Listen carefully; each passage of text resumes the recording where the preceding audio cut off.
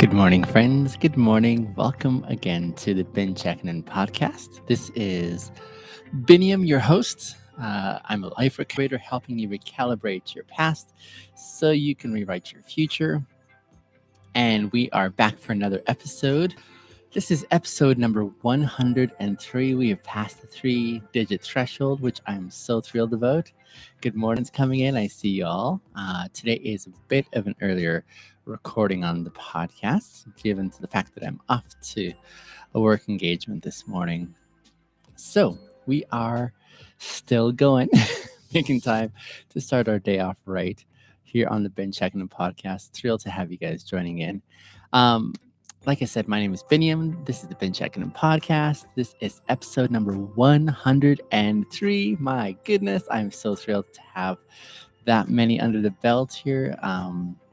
And this is primarily a podcast I do first and foremost for my own self-care. This is what I want to implement and have more a part of my own experience, my own context that way.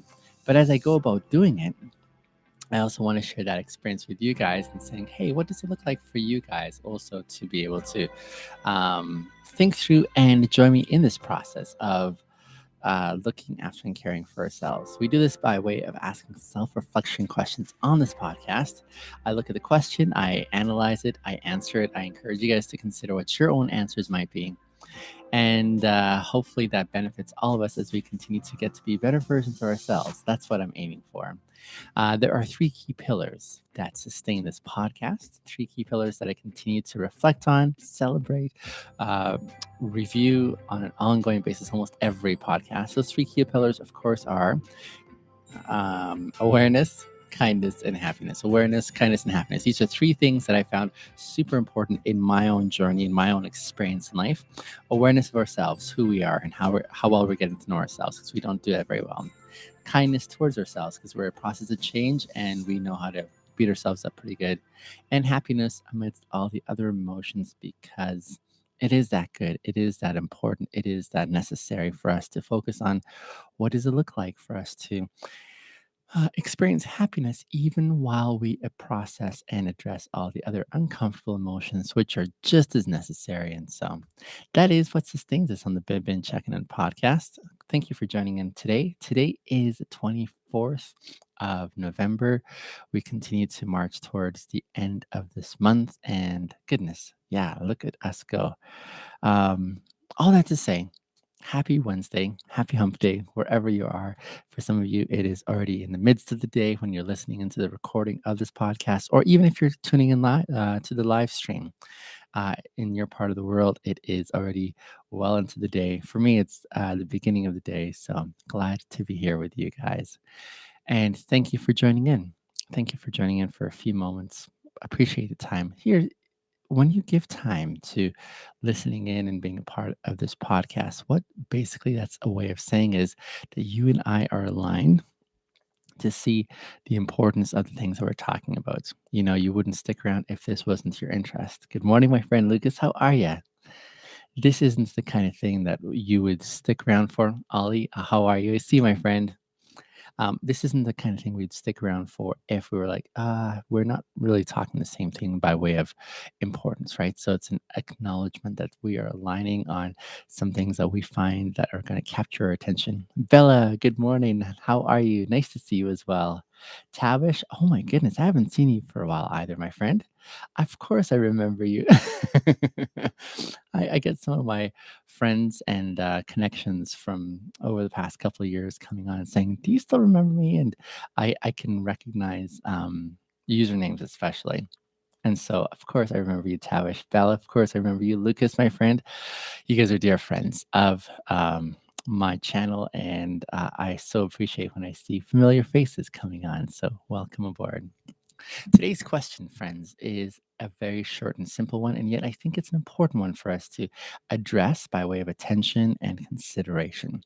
Today's question, we are asking, how do you manage stress? That's like 5 words there, right? How do you manage stress? Very simple question with as many words as you have fingers and thumb, but yet a weighty one because as we consider this question, I think it may enable us to fulfill a few parameters in our pillars. Number one, the awareness piece. How well can we? I've known Biniam for over a year. Yes, I'm glad for that, Lucas. I like long term connections. I love long term friendships whereby over time we continue to get to know each other better and we continue to invest in each other's lives in a significant way. One of the things, sorry, that I take a few tangents on this podcast as I interact with my commenters. One of the things that really means a lot for me is being able to make those long-term investments because therein I find something really wonderful and healthy. Same found about him in March 2020 when COVID began, says Tavish. Thank you. Um, the experience online that I'm really relishing is how I've been able to connect with you guys in meaningful ways, even though we may never have met each other face to face. I wasn't sure if this was possible, but I love that this social experiment played out in my favor, whereby I can connect with you guys. And I love seeing the love you guys have for each other as well too. It's fantastic. I love when you guys recognize each other and can still keep in touch. That is brilliant. I'm thrilled for that. Makes my heart happy. So, like I was saying, this question is going to help us hit a few of the pillars. Number one, the awareness piece. So, we're going to become aware of ourselves as we consider, how do I manage stress? What kind of space do I go into or occupy when I am in stressful seasons? Listen, yeah. All of us, I think, experience stress to some extent. And what does that look like in the midst of stress? How do we express it? How do we communicate? How do we interact with ourselves, with others along the way? So, the awareness piece is really important on today's question. How well aware can we become of who we are in the midst of stressful seasons? And let me tell you, I've been in some stressful seasons these past few months. Goodness, how do I know about the stress? Secondly, how to show kindness to ourselves in the midst of stressful seasons. Sometimes we move into another realm where we had great times with Biniam's lives. Do you remember Olivia? That's awesome. Oh, that's brilliant. Thanks, guys. I love when you're reminiscing. The second piece is, yes, this second piece being the kindness piece. In the midst of stress, in the midst of difficult times, how well are we able to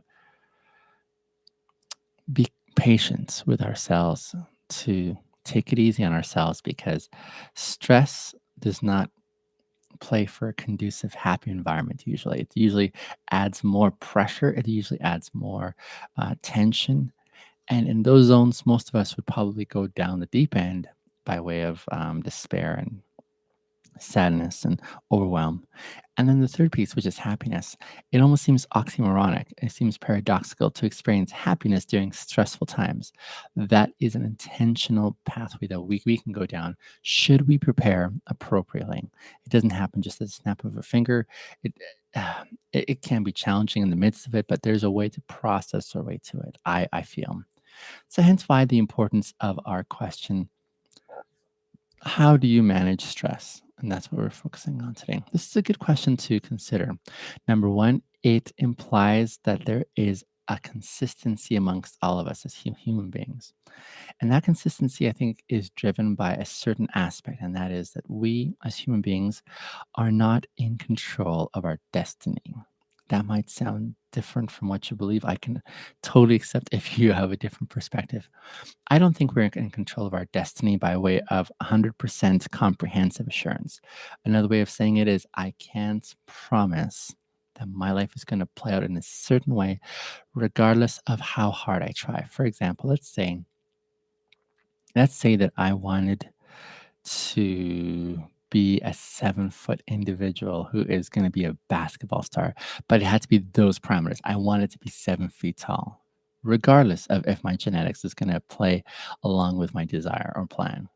I wouldn't have that option to all of a sudden start working to become a 7 foot tall man naturally. Of course, I could have some extensions to my legs. I could do some other things along the way, but naturally, I can't make my body grow that way. Do you know what I'm saying? That's beyond my control. So that's what I mean when as much as I'd like to say, hey, this is something that's really important to me, I'm going to try and get to be 7 feet tall. If my body and my genes aren't playing along, I'm kind of sitting in like a duck sitting in water. I'm kind of vulnerable to fulfilling that, and it's not quite possible, I think. Another example would be, let's say I love flying. I love flying, actually. I would love to fly more often. But imagine I wanted to fly without the help of any machines. I want to fly just based on my body itself as it is. I want to jump off a cliff and have the power or the ability to fly. I'm noticing therein a limitation. There's a limitation that I have. And so I guess all this to make the point that at the outset, I'm not in control of my destiny. I don't think any of us are. And another way of saying it is we make our plans, but fate or chance eventually have their hand and they kind of direct which direction we're going to be going. For most of us, I remember this experience I've had, and I wonder how many of you also have shared this experience with me, whereby we started off at some point, we were at some point starting off finishing high school, perhaps, and as we're finishing high school, we had some ambitious goals of what we wanted to accomplish in the world. We wanted to get out there, maybe get our bachelor, master's, maybe, or whatever trajectory we're pursuing. And then we wanted to sort of rock our career. We wanted to get out there and accomplish and become so successful. And the sky was the limit. And then as we go into life, we find out there is a lot more challenging experiences in life that we probably didn't calibrate for. And those experiences sort of reshape our expectations, they reshape our accomplishments or what we can accomplish, they reshape what we can expect to finish in life. And as we go about experiencing it, oh man, it can be really discouraging. And that's probably where stress really takes a lot of deeper hold, right? And so, all this to say, as we are going forward, as we're going forward in our experience in life, there are many opportunities in which stress comes and makes its effects felt, whether it's lack of fulfilling our expectations and our goals in life that we were working really hard towards, or whether it is in different contexts, circumstances and scenarios that are pressing in on us and demanding their attention, and we're not quite sure if we can fulfill them, whether it's paying bills, whether it's studying for an exam, whether it is having a difficult conversation, um, whether it is earning a certain amount or fulfilling a promise. So many dynamics in which stress can be felt. And so I think all of us are susceptible to stress. And that susceptibility, that vulnerability to stress, is especially because we are not in control of our lives. If we were in control, how many of us wouldn't just wipe stress off the table and say, life would be far more enjoyable in the absence of stress? Wouldn't that be something that makes sense for us if we had the power? How many of us do have that power to be able to say, I'm in such control of my life that I can wipe this element off the table so I don't have to experience it? I don't think there is any one of us like that. In fact, I think every single one of us is at that place where it can be challenging. Hi, Julian. It can be challenging for us in the midst of circumstances that are beyond our control to try and in some way find some sense of control, right? To find some way of like making it through difficult scenarios. So that's what makes sense to me as I consider this element of stress is that all of us experience stress to some extent because all of us are trying to figure this life out and we don't have all the answers. We're not in control the way we would like to be in control. And so we're having to accommodate for what does it look like for us now to live life in this zone where we aren't in control. That's a tough one, isn't it? Really difficult. So, as we consider and contemplate what that looks like, living life not on our own terms, but in a realm where we have to accommodate to things beyond our control, we are going to experience stress. Now, the question is very specifically, how do you manage stress? How do you go about managing stress in a way whereby it's like, okay, this is not overwhelming. This is not going to be debilitating. This is in the midst of this circumstance, this scenario that is beyond my control, that is causing me stress, that's causing me tension and worry in my life, how can I now navigate forward in such a way whereby I don't have to be at the very bottom, trying to say, this is overwhelming and I don't know if I can survive this. What does it look like for us to move forward in that zone of being in control? That's a worthwhile question, I think, that has a place to be reflected on. And here's my suggestion. I would say, as we all are susceptible to experiencing stress, there's a few different ways in which we can respond. We can be like the headless chicken. And the headless chicken analogy is what people usually reference when someone goes crazy. A headless chicken, when it's had its head cut off, it's dead, but its body's still doing some, nervous system things, and it just kind of like flaps all over the place, blood spraying everywhere. It's just like a mess, right? A headless chicken, and so it's hard to contain a headless chicken. That's how sometimes some of us feel in the midst of stress. We're like and we just kind of go crazy, and it feels like the whole world is imploding around us, and internally we're just like exploding, and we just can't quite focus and sort of gather our thoughts. That's a tough place to be. I know what that experience is like because I've been there once upon a time too. What does it look like when we're in the midst of that zone of responding to stress, and it is uncomfortable, and you feel like you're just out of your element, and you're just you're just like falling apart? That's not a happy place to be. It's not a happy circumstance to be experiencing, and yet so many are in that zone, right? So many are in that zone. So I can feel and reflect and empathize for those of you who are there. I'm going to give you some other options today that you can reflect on and consider if it might be beneficial, things that I've found helpful along the way. There's others of us, like myself, who sort of just shut off in the midst of stress. And that's how you manage stress. You're not like the first group who are just going crazy, like just falling apart in the midst of stress and going crazy and just not sure how to move forward. There are those like that, yes. But there are others of us who, when we are in the midst of stress, and again, for those of you coming on, the question we're asking today is, how do you manage stress? For others, they are the kind of people that just kind of shut down internally, where they're like, this is overwhelming. This is too much for me to handle. I'm out. And so they check out. They're gone. There's that component. There's that expression. Tough, tough expression as well, too. Oh, I feel for those individuals because it is so overwhelming that the best way they know how to cope is just to turn off and sort of stick their head in the sand. And that's the ways that they kind of try to survive, is just by putting it off, by procrastinating on it, by not dealing with it, and just saying, let me just focus on something else or distract myself or whatever that looks like. Stress is a tough one, isn't it, friends? It's a tough one to navigate because even though we all experience it, it is not a happy experience.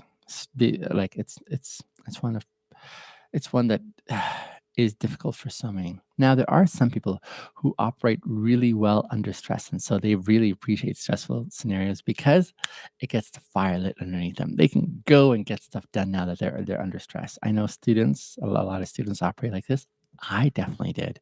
What I would do, I would procrastinate for as long as I could, and then finally, when it was go time and I needed to get this assignment done, this paper done, and you only had not very much time at all, that's when I'd be like working my best. And that stress would light a fire underneath me. And I would just go to town and write or do whatever it is that I needed to do under that time crunch. It wasn't fun. No, it was not fun at all. But it got the job done. Because when I tried to study ahead of time, I'd sit there and I'd daydream and I'd be like, oh, I got time. And this isn't too like, pressure cooker right now. So I needed that like stressful components to be able to like kick myself in gear and get to the job. And so for some people, it works really well. But even in the midst of working really well, it doesn't leave them feeling uh, in their element, right? It doesn't get them feeling like they're like they can relax. It's like, there's that frantic element of gotta get this done, and I don't know if I can get this done, but we gotta push for it. And so there's adrenaline packed moments, adrenaline induced moments in those settings, and I totally know what that's like. But that's not my jam. I do not enjoy that. That's not how I enjoy that opportunity. Not in the least. Not in the least at all. So stress. Oh my goodness. Like why? Why must we experience it? I ask myself sometimes that. I can see people who are in the midst of it, and yeah, I can empathize with them because I'm like, my heart goes out to you because it's not a fun place to be. It's a very tension-filled place, like I said. All of us experience it, and some of us experience it in a variety of ways by either sticking our head in the sand and pretending it's not there and trying to ignore it for as long as we can, and hence it continues to build up in our minds and sort of do awful things, or by just going crazy and losing it, maybe having um, an outburst of sorts, where it expresses itself in some unhealthy ways. Maybe when you're in the midst of stress, you're not a fun person to be around because you sort of communicate to those around you. You communicate with those around you in a way that isn't respectful or patient. You just have a lack of patience. You're just like, this is frustrating and crazy, and I don't like this. And so there is that component potentially. It could also be where you sort of check out with people. You just become inaccessible and move into your own zone and sort of struggle on your own. I've been there too. I've been there and I still have those temptations even to this day, where in the midst of stress, my one go to way of coping with it is to shut down and to move into a place of isolation where people don't have access to me because I feel vulnerable in the midst of stress. I feel like I don't want to be accessible or available because then I'll have to be expressing things that are uncomfortable, right? And that's what I'm working against now is to move away from that zone. Let me share with you some ways that I found really helpful in the midst of stress that you can consider when you are in that zone to be able to say, what does this look like for me? Excuse me. So, as we consider what that looks like to be managing our stress in helpful, appropriate ways, here are some ways that I found helpful. And I'd love to hear some of yours if you guys have some. Um, I just mentioned one of the ways that I do it is I move away from people. I'm one of those that likes to just check out. I don't lose my cool, but I just go into a zone where I can be by myself and sort of dwell on that stress. And it does some terrible things in my mind. It's just like overwhelmingly like oppressive, right? It's just I sit there and I know these last few months I've definitely had a few experiences like this where I just had to go off and sit by myself and sort of like consider what that looks like. So my tendency is to move into isolation.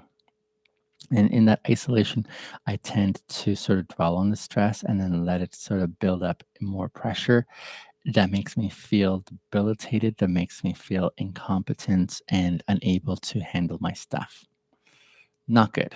That's where my usual go-to is in reference to stressful scenarios, and that's one of the ways um, I guess that's one of the ways I process my stress. I don't like that one, so I've been moving to a different way of expressing what that could be for me. And one of those things that I do is I go one of the things I'd love to be able to do, and then let me touch on one of the ways that I hope to be able to manage my stress is to meditate more. I would like to make more space and time in my schedule for meditation where I'm just sitting by myself and accounting for all the things that are going on internally, externally, and sensorily. I'd like to practice the art and the discipline of meditation, but I'm not quite there yet. I haven't quite cleared my schedule that way. But in the meantime, here's what I do. One, instead of going into isolation, I try to move into community. I've made some commitments to my close friends. Salam, how are you? Seeing you from Ethiopia, amazing. Glad you're here. Thanks for joining in and tuning in, my dear. So one of the ways that I try to manage stress is I move not into isolation the way I'm usually accustomed to, but I move into community. And as I move into community, it's one of those commitments I've made to my close friends saying, hey, when I'm in this season, I'm going to be accountable to you, that I'm going to let you know that I'm in this season, so that it's like part of my self practice, right? My practice of becoming a better me. I extend myself to them and saying, here's what it looks like for me right now as I am struggling in this realm, in this area here. So I call my close friends and say, this is uncomfortable, but just so you know, I'm feeling stressed about X, Y, and Z. And I wanted you to know about it.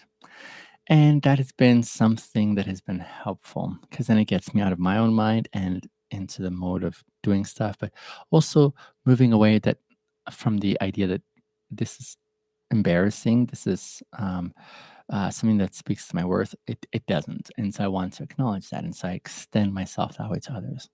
Another one that I also have started practicing is as I go into those zones of being by myself, not being isolationist, because remember, I'm also keeping my friends in the loop of where I'm at and how I'm doing, and they care for me and they want to be a part of my experience, my context by way of encouragement. So I really appreciate that. But it also entails that while I'm extending myself that way, I'm also going internally and sitting with the feeling, sitting with the feeling of stress and how it's making me feel, and saying, okay, what's going on internally as I'm in this zone of stress? Maybe I'm feeling worthless. Let me sit with that feeling of worthlessness and try to explore why it is that I feel worthless and how I can reappropriate what I know to be true, because I know I'm worthwhile, and how I can reason with myself, for example. Or maybe I'm feeling like I'm hopeless in the midst of the stress. What does that look like for me while I'm sitting with that feeling?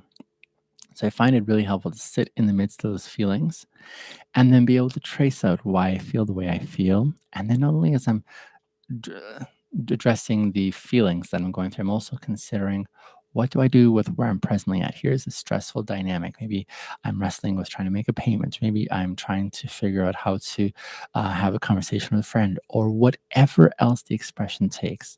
As I'm sitting with that feeling and trying to process it, I'm also processing, what can I do? What is in my sphere of being able to acknowledge or move forward on or address in relation to the stress. It gives me that option then to be able to move on to and saying, okay, here's some ways I could move forward now.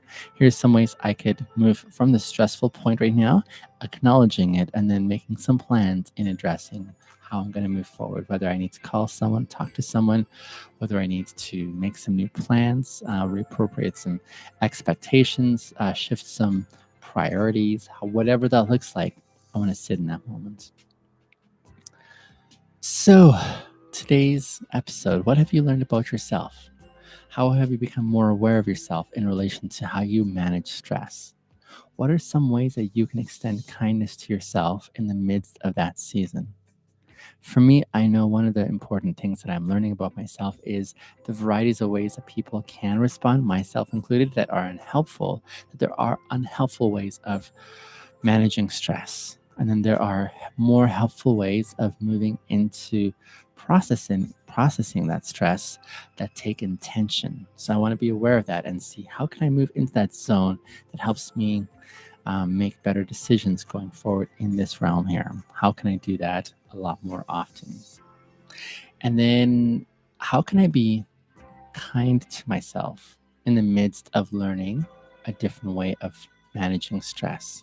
How can I shift into that zone where I can say, hey, Binyam, it's not game over. You're not worthless. You're not a good for nothing because you're in this stressful scenario that is beyond your control. You're a fellow human being who's trying the best he can, just like every other human being. And we all sort of in some way experience stress. And what does that like for us to be able to manage said stress? That's an important part for me, even as I consider moving forward, right? Is an acknowledging, saying, there's things I can control and things I can't control. How can I be kind to myself in the process and saying, you got this? It has nothing to do with your worth. Those are important. And in doing these two things, it paves the way where I can process some of those uncomfortable emotions internally to get to a happy experience, a happier outcome. I hope this has been a helpful podcast for you, friends. Thank you so much for joining in. I'll see you tomorrow for episode 104. Happy Wednesday to y'all.